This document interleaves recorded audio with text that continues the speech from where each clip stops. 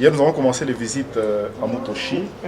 En fait, on avait un aîné qui était devant et chaque fois, nous l'interpellions pour qu'on gagne en temps. Mais on ne comprenait pas ce qu'était son souci. C'est vers la fin de la visite que moi, personnellement, et tout le groupe, nous avons commencé à comprendre son souci.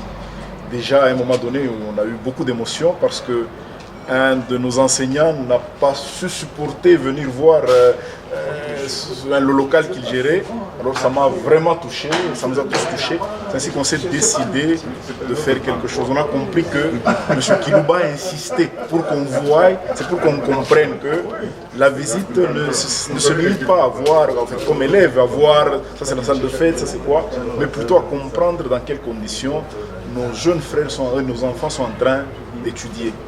Vous voyez, ça fait un problème aujourd'hui. Bon, nous, on s'est déjà présenté comme nous sommes des anciens de Mutoshi, alors des fois on nous demande, lui aussi vient de votre école, donc ça nous fait un peu mal. C'est ainsi qu'on s'est dit non, il faudrait qu'on fasse un effort pour essayer de ramener, si pas au maximum, au full où l'école a été, même à 60% de ce que nous avons reçu comme formation. Il n'y a rien qu'on puisse donner à cette école contre tout ce qu'elle nous a donné, si ce n'est des petits gestes. Donc tout ceci n'est qu'un petit geste. Alors déjà dans la visite, on a vu que on a appris que la cuisine avait un petit souci d'un simple petit contacteur, alors qu'on en avait. C'est qu'on a amené le contacteur qui va peut-être aider notre cuisine pour démarrer à l'atelier électrique. C'est ainsi que moi, étant un professionnel de l'électricité, avec tout ce que nous avons dans notre petit stock, on s'est décidé carrément de prendre rapidement d'abord, juste de manière symbolique, qu'on amène un peu. Et c'est ainsi qu'on amène des petites choses que nos enfants peuvent voir. Par exemple, là, il y a aujourd'hui, nos ampoules à incandescence sont en train de disparaître. Nous allons vers le LED. Voilà, nous avons un spot à LED, donc un plafonnier à LED. Donc on peut toujours leur montrer comment on peut faire de nouvelles installations. Alors, nous avons vu qu'en entrant comme nous le savons, il y a un montage d'électricité de bâtiment. Ici, on a amené beaucoup de matériel d'électricité de bâtiment, notamment des interrupteurs murales et quelques prises. Alors, nous avons vu aussi dans notre stock qu'il y avait des régulateurs de tension. Ici, vraiment, on sent que l'école en fait, la tension n'est pas très stable par moment, c'est ainsi que pour certains équipements sensibles, on peut les mettre sous régulateur de tension. Alors, on leur a amené aussi quelques tableaux divisionnaires pour les installations toujours de bâtiments, pour l'électricité de bâtiments. Nous avons vu, nous avons trouvé que l'école est restée sur les anciennes pratiques qui, du reste, sont toujours importantes parce qu'on donne la main aux apprenants.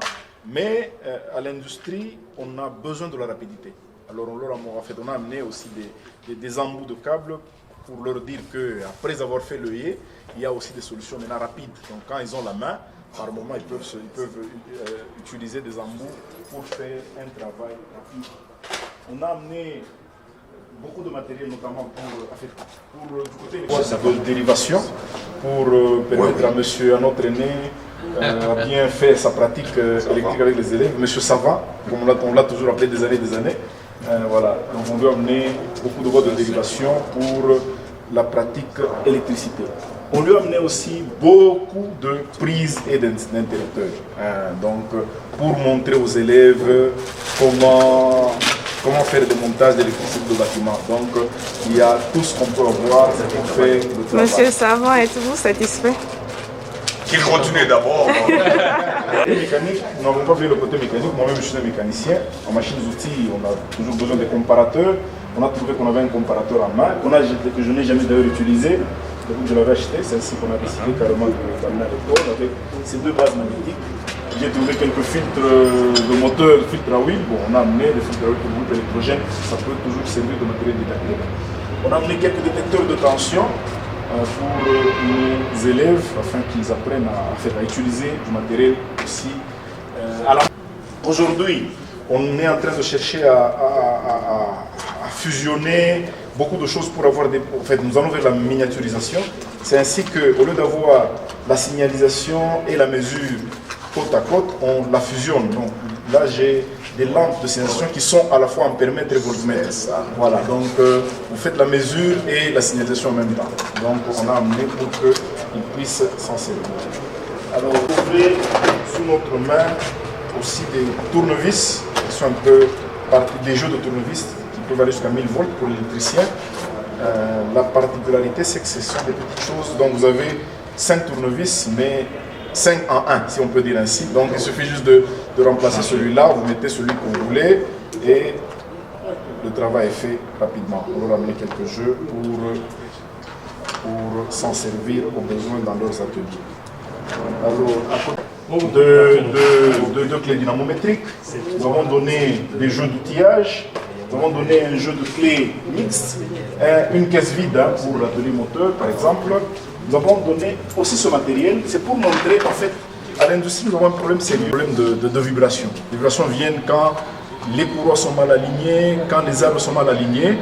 Nous avons vraiment du matériel de pointe, mais bon, on a ça aussi qu'on avait acheté, on n'a jamais utilisé. Ça chômait au dépôt, c'est ce qu'on a dit qu'on amène à l'école. Ça permet d'aligner les courroies, donc quand vous avez deux sur l'autre, celui-là émet un rayonnement. Un rayonnement, un laser, et l'autre doit le recevoir à son centre. S'il le reçoit au centre, c'est qu'ils sont alignés.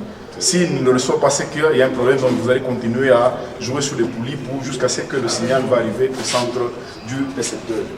Apprendre à aligner les courroies. Enfin, vraiment, quelle sorte de prise et d'interrupteur qu'on peut trouver dans la gamme Schneider, puisque déjà au départ nous sommes représentants de Schneider.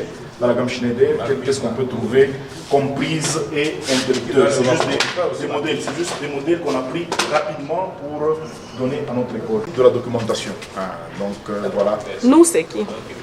Les anciens de Roux et Mutoshi que je représente. Donc, en faisant ce geste, moi je le représente, mais en fait c'est nous tous qui avons fait ce geste. Voilà. Par exemple, ça c'est un livre de laboratoire électrique, donc on montre quelques manipulations, c'est en anglais. Il faut habituer nos enfants déjà à lire en anglais et à travailler en anglais parce que c'est un must, c'est un passage obligé. Il y a quelques, par exemple, ça c'est un manuel de plomberie. On montre comment on peut faire de la plomberie dans le bâtiment. J'ai trouvé un livre que j'avais acheté, voilà, comme souvenir.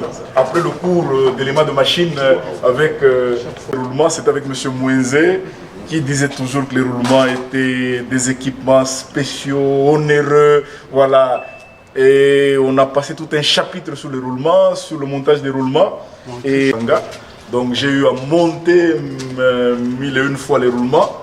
Donc voilà, c'était parmi mes catalogues chéris. Alors aujourd'hui, je décide de le retourner à l'école qui m'a formé, qui m'a appris les roulements. Voilà, c'est un catalogue général SKF, des roulements SKF. Il y a beaucoup de livres, par exemple là c'est la norme électrique, donc pour nos enfants électriciens, schémas électriques, on a ramené. Donc il y a beaucoup de livres en français et en anglais qu'on a ramené. Alors, c'est la énième fois que nous venons en visite à l'école. Chaque fois, le 16 et le 17 janvier, on nous appelle à l'école. Nous venons souvent juste pour nous réunir dans cette salle, parler de... Donc nous venons en élèves, mais c'est la première fois qu'on est venu comme des anciens élèves. Je m'explique. Parce que nous venons, bon, on vient, en tant qu'élève, on vient, on parle un peu, on mange, on boit et puis on se sépare, vraiment comme des élèves. Mais pour cette fois, on est venu comme des anciens. Donc on est venu pour voir qu'est-ce qu'on peut faire pour l'école qui nous a formés. Qu'est-ce qu'on peut faire pour dire merci à cette école qui a fait de nous ce que nous sommes. Si nous sommes acceptés par tous, si nous sommes voilà, reconnus ou plutôt valorisés partout où nous passons, c'est grâce à cette école. Alors il a fallu que, bon, avec cette visite, on s'est posé 1000 questions. Je dis vraiment merci à M. Kilouba, parce que hier, nous ne l'avons pas compris. Tous, on était contre lui. Non, le temps, sommes venus. Perdons ce temps, on est venu pour ça. Alors quand il nous a fait faire la visite, chaque fois que voilà, on ne tapait pas fort, il reprenait la parole pour taper fort. Et ça c'est entré vraiment dans notre cœur, on a compris qu'il y a beaucoup à faire pour cette école. C'est ainsi que ça, c'est juste la petite symbolique. C'est pas la dernière fois, ce n'est que peut-être la première fois. Il y a beaucoup de gens qui le font de manière isolée ou plutôt discrète. Voilà ce que vous voulez dire, discrète. Mais ça ne donne pas un bel effet. On a voulu faire ça, puisqu'on dit que quand la main droite donne, il faudrait que la gauche ne voie pas. Mais par moment, il faut émuler, il faut exciter à la gauche de faire aussi quelque chose. C'est ainsi que si on le fait ainsi et on accepte, ce n'est pas dans notre habitude d'accepter chaque fois les caméras, si on accepte d'être devant la presse, c'est parce que c'est important. C'est un appel à tous les anciens, tous les vieux, tous les jeunes. Nous avons été ici au 70e anniversaire de Mouto qui fait 70 ans. On était en tout cas une vingtaine, je vois, il y avait M. Moïse, il y avait mon vieux, donc on était vraiment une vingtaine, c'était regrettable. Alors que depuis 1949 jusqu'à aujourd'hui, l'école a produit des cadres et des cadres.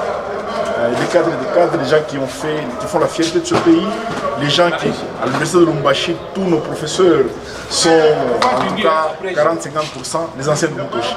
Donc, alors, nous on pensait qu'on allait voir, on allait trouver beaucoup de véhicules ici, on allait trouver beaucoup d'anciens, mais malheureusement, parce que beaucoup ne trouvent pas l'intérêt de venir. Moi, ça c'est un appel solennel que tous les anciens professeurs, les anciens élèves, il y a beaucoup à faire pour qu'on relève cette école, pour qu'on redore le blason de cette école qui a fait de nous ce que nous sommes. Si on est respecté, le français que nous parlons, ce n'est pas l'université qu'on a, c'est dans cette école. Rester devant la caméra ou quoi, c'est dans cette école qu'on a appris à parler en public. Donc il faut vraiment que tout le monde vienne avec tout ce qu'on peut apporter à l'école. Voilà, ce sera le bienvenu. Donc maintenant que l'école reçoive ce petit geste fait par les ARM, les anciens de Mutoshi, et nous avons décidé d'accompagner l'école jusqu'à ce qu'elle fermera et restera peut-être un musée seulement. On sera toujours là tant qu'on sera en vie et qu'on en aura les moyens. Merci beaucoup.